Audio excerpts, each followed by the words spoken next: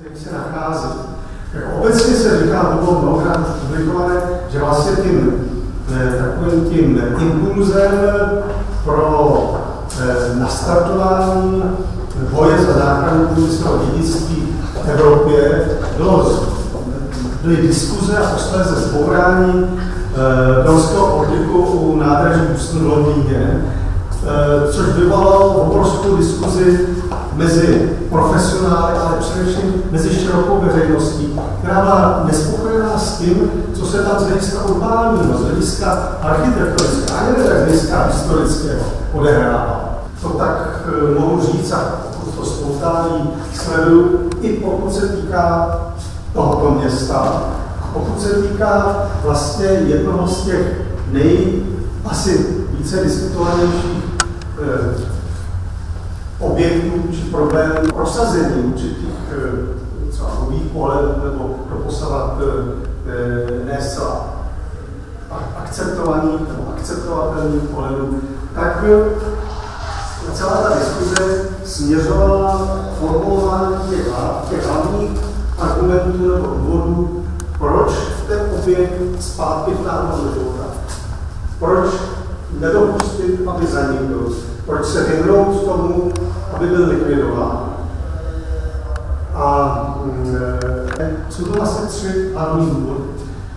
Proč ty objekty nenechat padnout, proč je nenechat ladem a proč vlastně na ně nezapomenout. Tím vlastně zásadním a možná na první pohled i nejpřitaženějším argumentem je architektura velmi typická, velmi svérázná, specifická architektura, která je postavená na jakési dvojpolnosti i těch vztahů architektury a těch konstrukcí velmi utilitárních a užitkových a na druhé straně často velmi zdobných prvků, které působí jako jakási téměř reklama, což protože ty industriální objekty, co si budeme pobírat, oni z části plní i tu a jejich architektura plní tu roli vlastně, když to řeknu hodně zjednodušeně, reklamní, nebo upozornit na i výjimečnost nějakých ekonomických nebo hospodářských činností, které v tom objektu nebo v tom areálu probíhaly.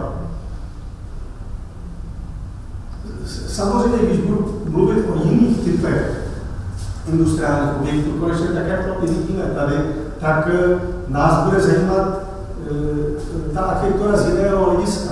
U pivovarů tam je skutečně to, co jsem zmínil na začátku, to vrstvení, kde se setkávají a velmi těsně se protínají a propojují konstrukčně a funkčně vrstvy z různých časových období a vrstvy, které sloužily v různých časových obdobích i různým cílům, velmi utilitárním cílům. U textilky je to zase něco jiného. U tamhle třeba Bessemerovy ocelárny je to zase něco jiného. Jsou to prostě charakteristické prvky, které se odvíjejí od té původní technologie nebo od té původní činnosti. Tím druhým argumentem, proč ty objekty nenechat padnout, je skutečně to, co jsem už také zmínil, ale ono se to potvrdilo tím časem. Je to místo těch objektů ve městě, v té konkrétní urbání situaci, protože vlastně ta původní činnost se nějakým způsobem propojovala nebo napojovala s nějakými komunikačními cestami. Já jsem na začátku řekl, že je hrozně lehké dávat rady. A když mě naplnila, je to lehké tehdy, když člověk nemá žádnou zodpovědnost. Je jasné, že mít zodpovědnost za stavbu, která je v deprivovaném stavu, jako není to lehké. Ale přesto, jestli můžu dát nějakou radu, tak to, co jsem říkal nakonec, tam se musí něco dít. Tam se musí něco dít třeba v jedné místnosti. Tam něco jako to nemůže čekat. Jakmile stavba čeká, tak to vede k tomu, že se prostě prostě nezapastuje ta díra ve střeše. Tam, kde se něco podařilo, a je to naprosto beznačný případ. A tam mám teď živý to na Karolíně nádraží, kde tam skutečně před 2 lety to vypadalo, že bude zbořeno. To je jináčí sousto, než je tento pivovar. A pořád je to taková hra, ale teď už to nikdo nezboří. Která dneska má už jiný poslání a to poslání ve zkrácené situaci budou asi ty dotace, ale já bych chtěl říct to, že už o čem jste mluvil, ten život v tom pivovaru, protože mě spousta lidí neustále říká, co je vevnitř, protože niček neznají. Tak když se dokončovalo to provizorní zastřešení, tak už jsme měli teda jaksi takovou představu, že tam bude přece jenom nějaký veřejná akce, aby ty lidi viděli ty vnitřní prostory. Rozkotalo to trošku na tom, že přeci jenom statik nám říkal, kvůli právě ty bezpečnosti toho prostředí je potřeba do toho nainvestovat tolik a tolik a na to nám už teda zastupitelstvo nechtělo přistoupit. Čili ta bezpečnost tam musí být. Myslím si, že by to šlo za menších výdajů, než jsme se tenkrát dozvěděli.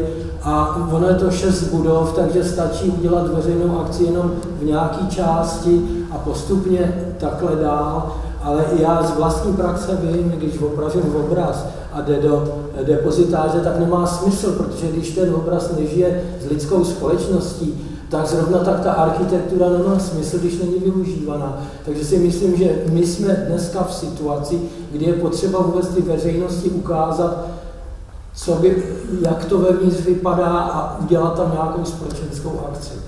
To je všechno, co jsem to skutečně hrozně důležité. Já tam můžu potvrdit, že kde se podařilo, konečně i ta Vítězská hud,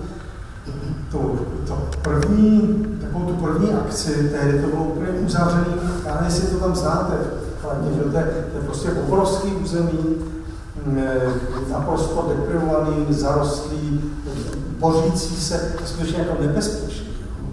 A první taková ta velká akce tam byla v roce 2003, potom hlavně tam v roce 2005. A to se podařilo tam, že třeba tam jsou koleje staré ještě a tam samozřejmě se po nich nesmí jezdit, ale oni sehnali tehdy, když jsme to získali tehdejšího primátora Kladna, tak se získala výjimka, že na ty 2 dny, kdy to tam probíhalo, tak mohli po těch kolejích jet, že se projelo tím areálem. Bohužel tam došlo k tomu, že tím, že se otevřel ten areál, tak tam nastoupili rozkradači kovů a bohužel i ty části, třeba tam jsou nádherný vápení pece, tak oni z toho sejmuli ty ocelové obruče a se začali ty se že to byl zase určitý, to bylo riziko v tom. Ale když je něco přechodnou, dočasnou akci, tak je možný přechodně zajistit tu bezpečnost, hygienu. Já vůbec nejsem, já to nechci idealizovat, protože sám jsem se zúčastnil mnoha těch akcí. A je to náročné, je to komplikovaný, je to nebezpečný, pochopitelně, protože za to někdo nese zodpovědnost, ale jako dá se to, tehdy, když je to dočasná nebo krátkodobá akce, dá se to zvládnout. Takhle zase, abych uvedl jiný úplně drobný maličký příklad, Nebořicí u Prahy, to je vlastně součást Prahy, to vůbec nemá srovnání s vaším pivovarem. Tam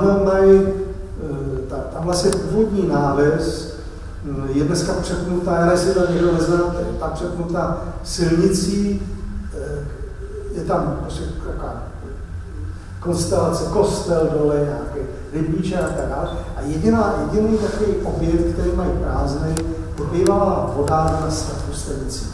Naprosto nezajímavý objekt, jednoduchý, nicméně půvabný, se zbytkama ještě nějakého potom vedení. A když budete mít čas, tak tam jeďte tu sobotu, to je 10. myslím, že jo, tak tam jako první takovou akci, protože oni získali ten objekt taky zpětně, byl prodaný a tak dále, jak to bývá běžný. A pořádají tam před tím objektem a v tom objektu ten objekt vyklidili a tu sobotu tam bude jakýsi bazar, udělali tam výstavu a bude tam předtím, tam budou nějaký trhy na té zahradě, která je to. A je to zpřístupnění toho místa a upozornění nebo získání veřejnosti pro to místo. Je to nesrovnatelné, ten váš pivovar je poklad.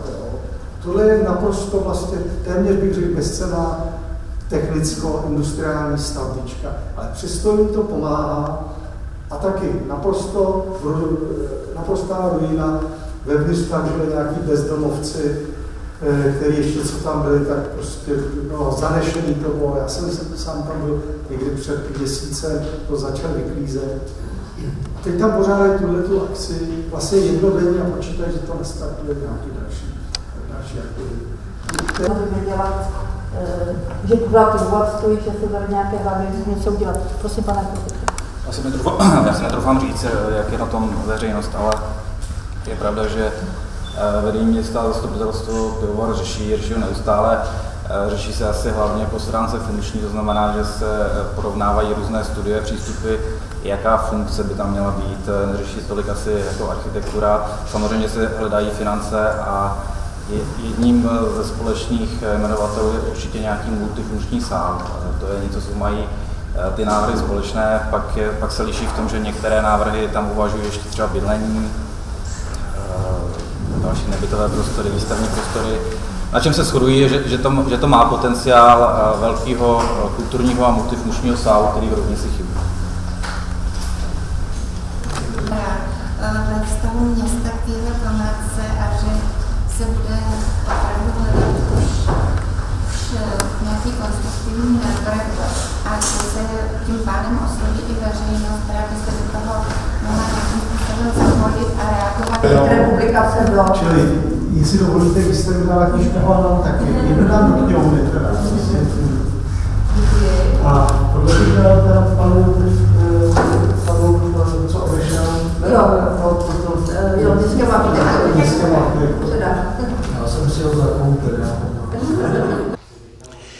Dobrý den, vy jste přijel dnes do Roudnice nad Labem na besedu do Městské knihovny a já se zeptám zcela logicky, jaký je cíl vaší návštěvy, a protože se věnujete vlastně záchraně objektů, které mají paměť vlastně už léta. Vy jste říkal, že jste vidět třeba od roku 2000 opravdu vidět a za tu dobu jste určitě mnoho objektů zachránil a máte z nich radost. Co jste přijel sdělit roudničákům? Tak já si myslím, že tady je v tuto chvíli, a vlastně bohužel už ne v tuto chvíli, ale už několik let nebo řadu let, velmi ožehavým problémem záchrana, nové využití roudnického pivovaru, což je podle mě naprosto unikátní objekt. Jehož síla a význam je právě v tom, že on je jakýmsi vrstvením těch různých časových a stavebních vrstev, které i podle toho by měly být takhle využité. Takže ta využitelnost je vlastně různá v různých podlažích, dalo by se říci.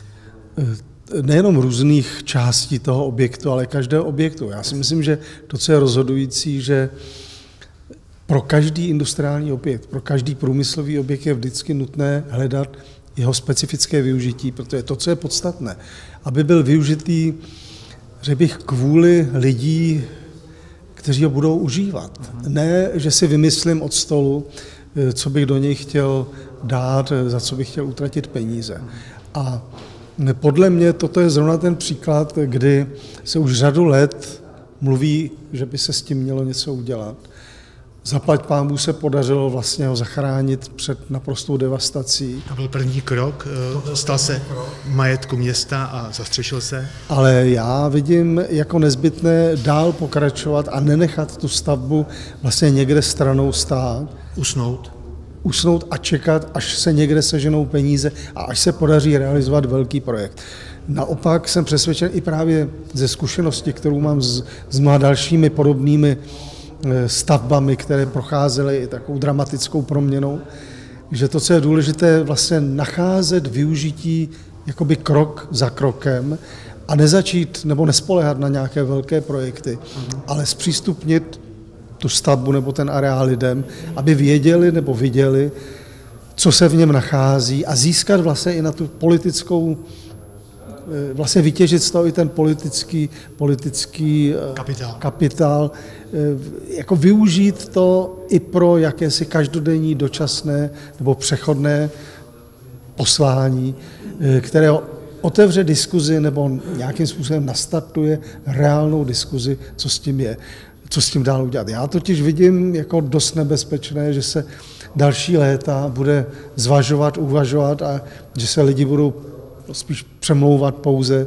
že se budou přemlouvat ti, kteří už není nutné, aby o tom diskutovali. Ta nečinnost nás může uspat a vlastně tu nemovitost zničit. Já nevím, jestli uspat, ale na každý pád bych doporučoval postupné zpřístupňování stavby nebo toho areálu veřejnosti a jak vlastně navyknout tu veřejnost na to, že to je stavba, která patří k městu.